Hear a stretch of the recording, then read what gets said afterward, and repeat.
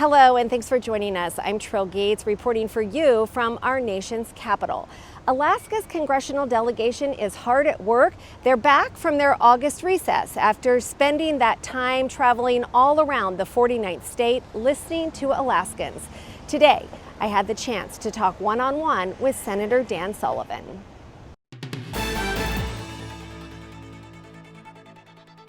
We started off the conversation talking about the recent assassination attempt on former President Donald Trump. It's just horrific, despicable. Political violence should never, ever be the answer. I also wanted to know how the senator feels about the upcoming super close presidential election.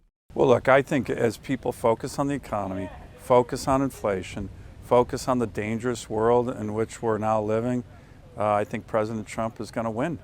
The senator is back at work in D.C. after traveling all over our state and speaking to Alaskans.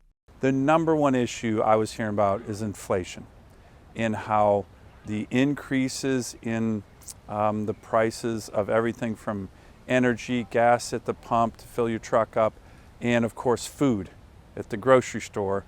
The other issue I've heard a lot about and I've focused a lot on is the Biden-Harris administration's focus on really shutting down and locking up Alaska.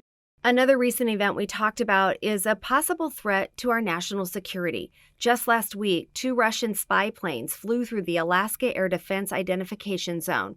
In July, 4 Russian and Chinese aircraft did as well. The Chinese and Russians also have ships off the coast of Alaska. We need more military assets. We have great men and women in our military who do a fantastic job, but they need the assets. It is an increasingly dangerous world.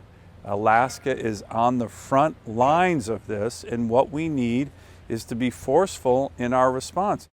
Another hot topic, especially this time of year, the budget. If an agreement is not reached by the end of the month, the federal government is facing shutdown. I would predict a continuing resolution. Look, I don't think a shutdown is in the country's interest and in the state of Alaska's interest.